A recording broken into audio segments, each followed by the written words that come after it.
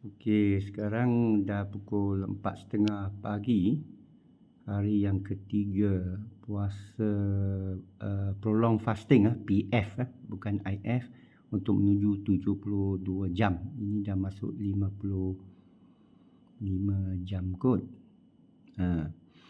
Jadi kita nak ceritalah pengalamannya, nampak macam segar sikit ya.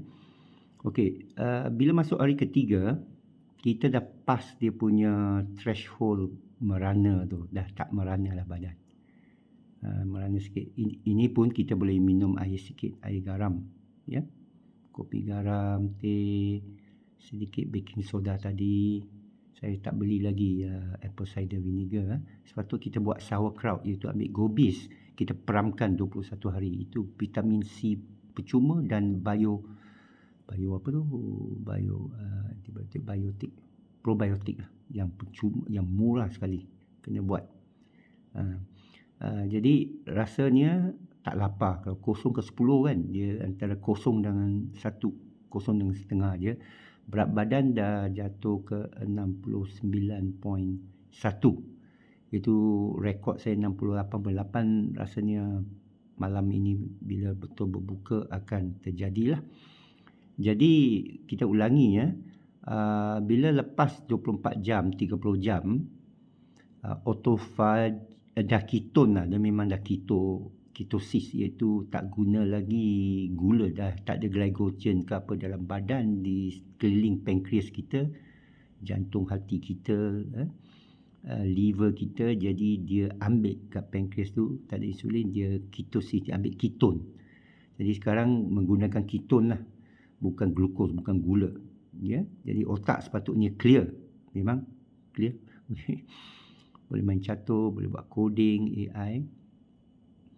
Lepas tu sekarang autophagy stage, iaitu sel-sel yang auto, yang ini dia akan makan. Sepatut makan lah, ya.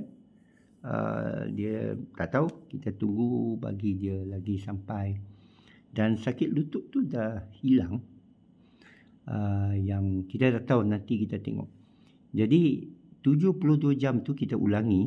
Ada istilah saintifik dia, you boleh google 72 jam PF, prolonged fasting, yang water fast, ya. Dry fast lagi ekstrim, tak ada minuman lagi, langsung. Ini water fast prolong kerana tak ada kalori. Dia dah stand down habis, dia dah kata kita tak ada makanan hidup, kita makan saja apa sel yang rosak untuk lahirkan sel baru. Dia cuba. Ini cannibalism tau. Autophagy maknanya makan diri.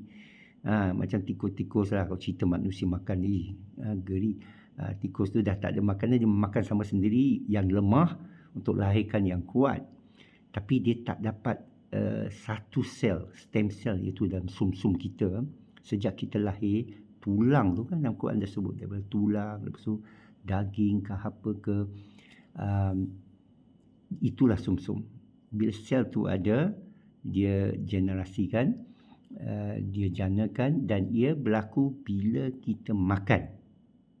Sekarang dia makan diri ya. Bila kita makan, dia generate stem cell. Ini saya tak belajar, baru 2-3 hari lepas. Dulu saya baca autophagy lah 8 tahun dulu kan. Okey, saya pun puasa lah 2-3 hari ke, tapi saya makan sum-sum. Tak boleh. Sum-sum tu dia trigger hentikan autophagy. Dia atau autophagy teruskan kerana tak cukup kalori, tapi dia hentikan stem cell. Stem cell askar yang sebenarnya tak keluar-keluar. Ya. Ada keluar sedikit. 72 jam dia dah makan semua sel yang ada, dia dah begitu lemah dalam. Ya. Dah tak ada kalori. Dia sangat guna reserve, minyak reserve. Atau dia pergi tukar bateri atau menolak saja.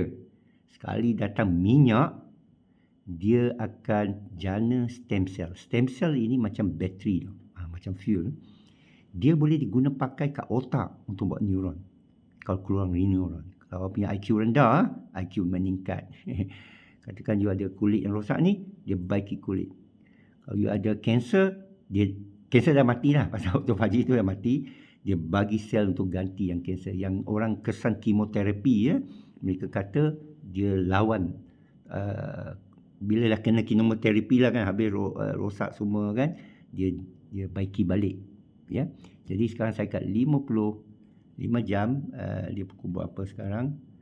55 jam sekarang pukul 4.41. Ya, waktu Muzammil. Very clear.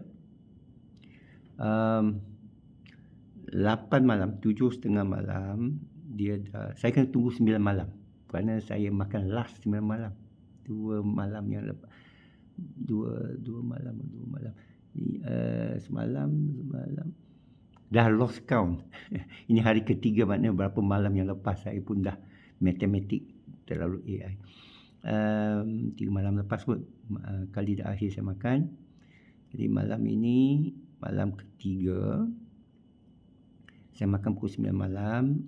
Kena berjaga-jaga. Minum, ambil sup sumsum tu jangan ada keras, jangan ada bahan. Nasi memang tak boleh, gula memang tak boleh, jus pun tak boleh, dia spike kan. Nanti kita mabuk ke apa ke, loya ke. Ambil sumsum, dia kata ambil avocado, saya kena pergi cari avocado lah. Saya mungkin ambil sedikit mentega. Ini mentega. Lepas tu dia kata masakkan sayur. Saya ada bayam, bukan bayam, pak choy apa tu lah, dengan sedikit kentang sikit. Saya ada tomato. Dia kata tomato okey, tapi jaga, adalah asid dia apa. Saya ada pedal, saya ada buntut ayam. Dia kata buntut ayam memang paling lemak, best. Kita nak cari lemak kan, buntut ayam, Bishop nose. Yang kerana dan dia murah. Kaki ayam, bedal, semua ni murah kerana orang tak nak, kita nak, ya.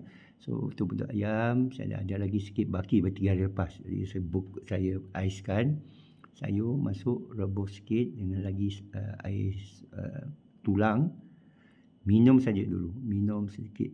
Kalau ambil pun berapa suap sajalah. Dia kata ambil 1 mangkuk aja kecil, tunggu 2-3 jam.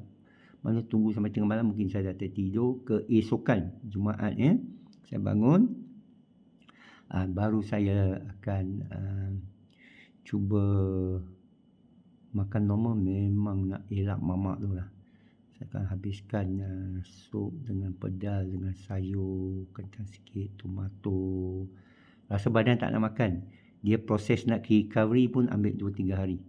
Ya. Lepas tu saya akan tengok kesan, saya akan laporkan kesan badan. Berat saya dah jatuh bawah 70, selalu 74, 34. Dulu sebelum keto diet 77, 78, 80. Berbasikal 2000 km pun 77, kerana tak tahu keto. Sekarang dah tahu keto. Sekarang baru tahu formula 72 PF, prolonged fasting, ya. Okey, kalau ada apa nak kongsi pengalaman anda juga, boleh tulis kat komen. Dan juga apa soalan nak tanya, you boleh Google semua ni yang saya cerita. PF 72 hours. Google dah tahu. AI pun dah tahu. You pergi AI, PF 72 hours. Apa cerita you? Dia cerita semua. Okey, sekian. Assalamualaikum. Lagi satu, saya mungkin akan ulangi balik bulan puasa. Tak lama lagi. Dalam bulan puasa itu pertengahan, saya cuba lagi 3 hari. Tengah berpuasa tau, tak ada air. Mana buka puasanya dengan air. Cukai sikit air. Mungkin saya dah buat saya punya itu gobis peram. Tak boleh makan. Dalam 72 jam tak ada makanan. Air, sedikit garam, cuka apple atau cuka gobis tu lah, ambil cuka dia, ya. Lepas tu akhir tahun mungkin sekali lagi lah. Setahun cuba 2 kali lah. Baiki. Ini toiban. Kita kena sihat walafiat. Kita doa sihat walafiat. Allah dah bagi formula. Macam kita nak bertakwa. Nak jadi orang yang husnul khatimah. Allah bagi formula syariat. Amalan dia. Kita tak nak lakukan. Macam mana nak dapat kan? Lepas tu kita kata tawakal. Tak patut. Saya tak patut. Rugi kan? Anda tak nak sihat. Anda tak nak kualiti hidup ke? Pagi ni pun saya akan pergi exercise. Dia kata bagus berjemur sikit. Vitamin D ni bantu lagi waktu pagi. So saya semalam pun dah buat berjemur 50 minit. Tak pakai baju lah. Jalan lah tak sek. Kalau ada orang pakai balik baju. Sekian. Assalamualaikum.